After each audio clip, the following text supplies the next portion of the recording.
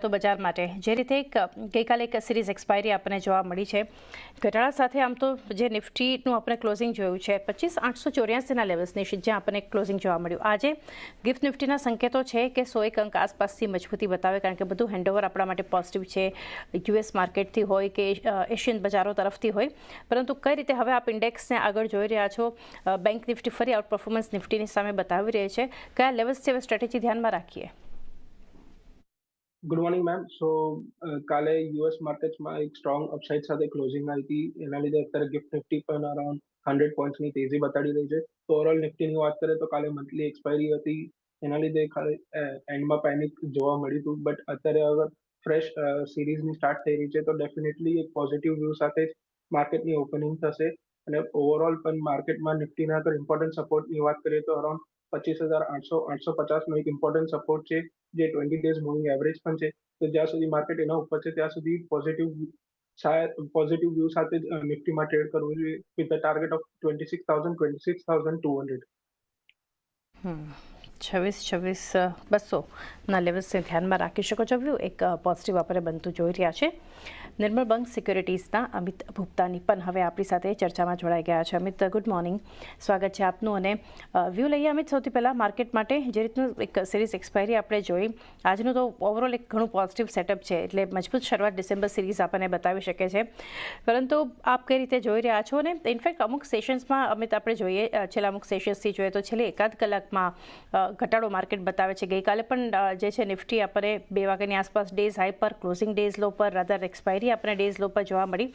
કઈ રીતે વ્યૂ રાખી રહ્યા છો? અને હવે ઇન્ડેક્સ માટે કયા લેવલ્સ ધ્યાનમાં રાખીએ?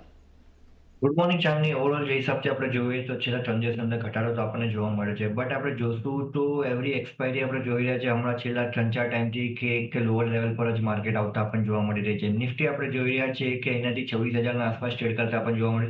બટ માર્કેટ વાઇડની જે પોઝિશન ચાલતા આપણને જોવા મળે છે એ થોડીક નેગેટિવ ફ્રન્ટ પર ચાલતા આપણને જોવા મળે છે. સિલેક્ટિવ સ્ટોક્સમાં આપણે જોઈ રહ્યા છે કે એનાથી સ્ટ્રેન્થ બનેલી છે, બટ બાકી બધા સ્ટોક્સમાં આપણે જોઈ રહ્યા છીએ કે લિક્વિડેશન કન્ટિન્યુટી આપણને જોવા મળી રહી છે. સાથે જ એના સામે આપણે જોઈશું તો ઇન્ડિયા વિક્સની પોઝિશન જે હિસાબથી બનતા પણ જોવા મળી. છેલ્લા 2-3 દિવસના ઇન્ડિયા વિક્સ બી આપણે જોશું જે 10-10.5ના આસપાસ ટ્રેડ કરતું હતું, એમાં બી એક શૂટઅપ આવતા આપણને જોવા મળ્યું. થોડુંક એવું આપણે જોશું તો ઇન્ડિયા વિક્સ પાછું જે 10.5ના નીચે આવતું નથી ત્યાં સુધી થોડુંક એવું વોલ્ટેલિટી એનાથી કન્ટિન્યુ રહેવું છે. અને માર્કેટની જે રેન્જ બનેલી છે અત્યારે એ છે 25,700 થી 26,300ની રેન્જ બનેલી છે. જ્યાં સુધી આ રેન્જનું બ્રેકડાઉન નથી આવતું ત્યાં સુધી મેજર કંઈ કન્સર્ન અત્યારે માર્કેટમાં લાગી નથી રહ્યા. અગર 25,700નો બી બ્રેકડાઉન આવે છે તો મને લાગે છે 25,500 અને 25,300 જ્યાંથી એક મેજર રિવર્સલ પાછું એક એક્સપેક્ટેડ માર્કેટમાં જોવા મળી શકે છે.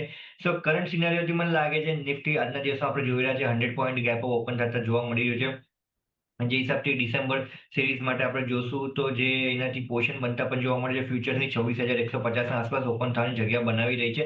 બટ કરન્ટલી જે હિસાબથી આપણે જોઈએ તો સ્ટ્રેન્થ હજી એનાથી કન્વિન્સિંગ નથી લાગી રહી. જ્યાં સુધી નિફ્ટી એનાથી સ્પોટ લેવલ પર એનાથી હાઈ બ્રેક નથી કરતું ત્યાં સુધી મને લાગે છે એનાથી થોડુંક લિક્વિડેશન અપસાઇડથી જોવા મળી શકે છે. કેમ કે એના પાછળનું રીઝન એ આપણે જોશું તો જે હિસાબથી એનાથી ઓઆઈની પોઝિશન બનેલી છે.